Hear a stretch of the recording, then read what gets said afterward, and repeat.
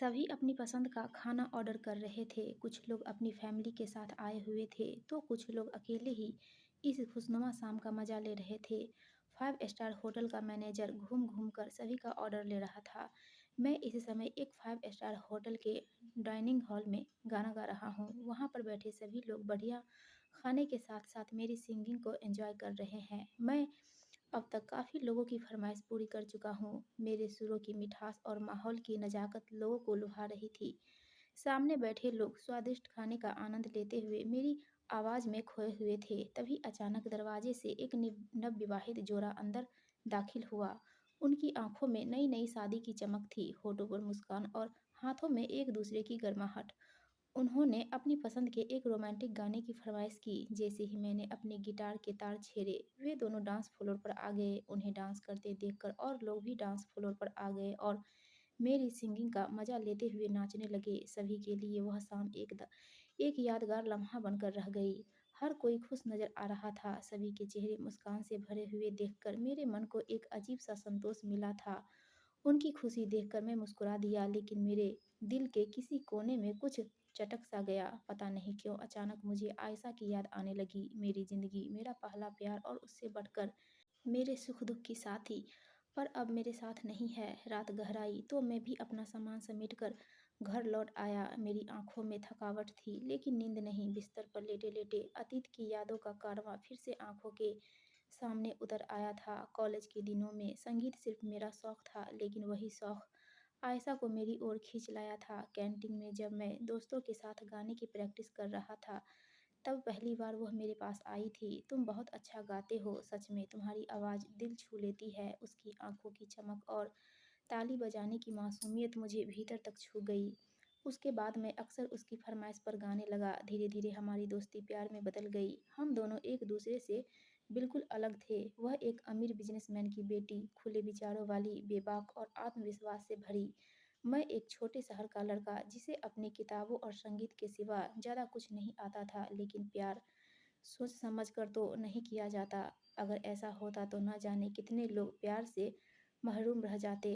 मैं भी शायद इसका अपवाद ही था, वरना मुझ जैसे गाँव के छोरे पर आयशा जैसी शहर की लड़की का दिल आना मुश्किल था। सच में, उसका साथ पाकर मुझे ऐसा लगने लगा था मानो मैंने सब कुछ पा लिया हो। वैसे देखा जाए तो मेरी और उसकी बेमेल जोड़ी ही हमारी दोस्ती की बुनियाद थी। तभी तो कॉलेज के सभी लड़के और लड़कियां हमारी दोस्ती देखकर जलते थे। मेरी क्लास के तो कई लड़के भी आयशा को शादी के लिए प्रपोज कर चुके थे, पर आयशा किसी को घास नहीं डालती थी। पता नहीं यार, ऐसा क्या देखा आयशा ने तेरे अंदर, जबकि हम लोग तो उसे पटाने के सारे हथकंडे अपना चुके हैं। ऐसा क्या अलादीन का चिराग मिल गया है तुझे? उनकी यह बातें सुनकर मैं मन ही मन बहुत खुश होता था। अब उनसे क्या कहता कि इनमें मैंने कुछ नहीं किया है, बल्कि यह तो शायद ईश्वर की मर्ज़ी है, वरना मुझ जैसे अंतर्मुखी इंसान से इतनी सुंदर लड़की पटना बेहद मुश्किल था। फिर धीरे-धीरे हमारी दोस्ती पर प्यार का रंग चढ़ने लगा था। जब मुलाकातें बढ़ने लगी थी, तब हमारी बातचीत भी बढ़ने लगी थी। फिर तो हम अक्सर कॉलेज बंक करके एक-दूसरे से मिलने लगे थे, कभी पिक्चर तो कभी-कभी कैफ़े।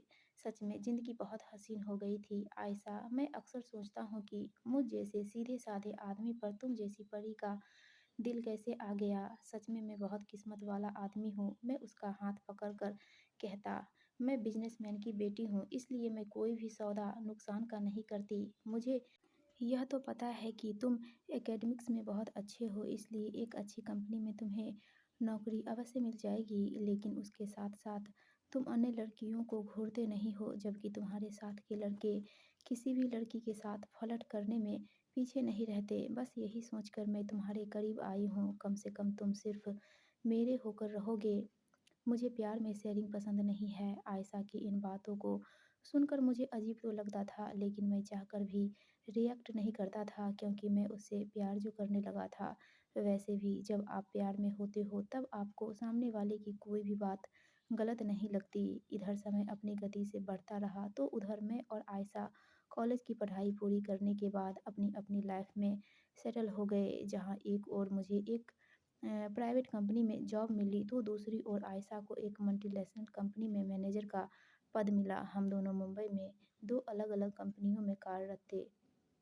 हमने किराए का एक फ्लैट ले लिया था जिसमें हम दोनों बिना शादी के साथ-साथ रहते थे। ज़िंदगी बहुत मज़े से कट रही थी। इस बीच अचानक मेरा ट्रांसफ़र लखनऊ हो गया। लखनऊ आने पर भी मेरा और आयशा का साथ पहले की तरह बना रहा। कभी वीकेंड पर आयशा मेरे पास आ जाती या फिर मुंबई में चला जाता।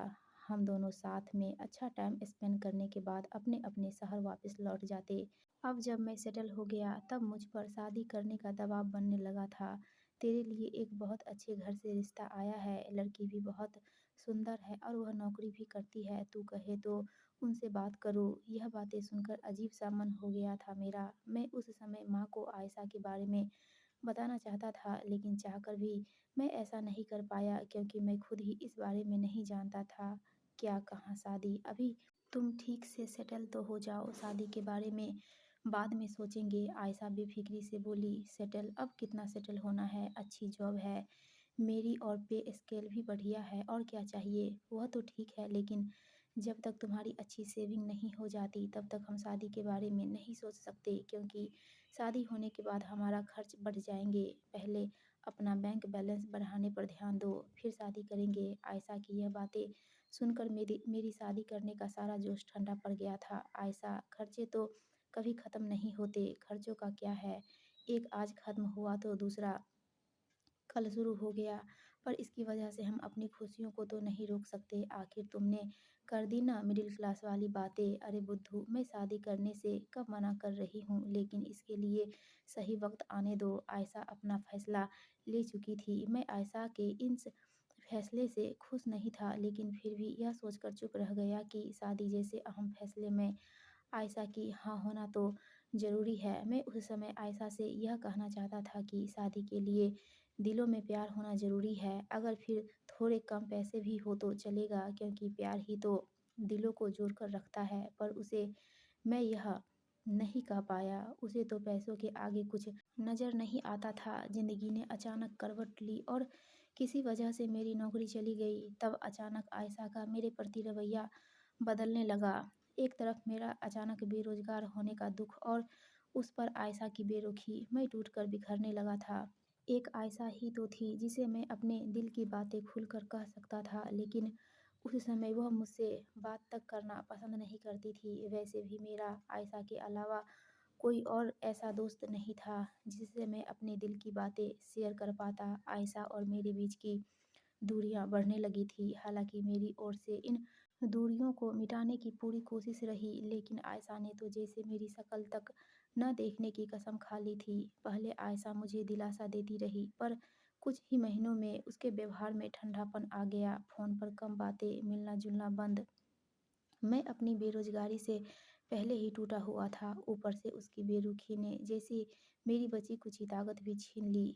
मैंने कई जगह इंटरव्यू दिए, लेकिन सफलता नहीं मिली। घर के खर्चे पूरे करने के लिए मैंने अपने सिंगिंग के जुनून को प्रोफ़ेशन बना लिया। पहले छोटे-छोटे कैफ़े, फिर बड़े होटल, और धीरे-धीरे मेरी आवाज़ लोगों को पसंद आने लगी। शो बढ़ने लगे, पैसे आने लगे। सिंगिंग मेरे लिए स्ट्रेस बस्टर भी बन गया। अब मैं पहले से बेहतर महसूस करने लगा था। मैं अब अपने घर भी पैसे भेजने लगा था। इस बीच आयशा पूरी तरह मेरी ज़िंदगी से गायब हो गई। शायद उसे अब मेरी ज़रूरत नहीं थी। मैंने भी धीरे-धीरे खुद को सँभाल लिया। प्यार का दर्द धीरे-धीरे आत्मसम्मान में बदलने लगा था, लेकिन फिर भी मुझे आयशा की याद बहुत आती थी। मैं कई बार सोचता कि क्या पैसा प्यार से बढ़कर होता है। मैंने तो उसे सच्चा प्यार किया था, पर शायद वह प्यार में व्यापार ढूँढ रही थी। काश उसने समझा होता कि प्यार तो हमें बहुत लोगों से हो सकता है, लेकिन सच्चा प्यार किसी एक से ही होता है। बीते समय के साथ जहाँ एक ओर मैं धीरे-धीरे आगे बढ़ रहा था, तो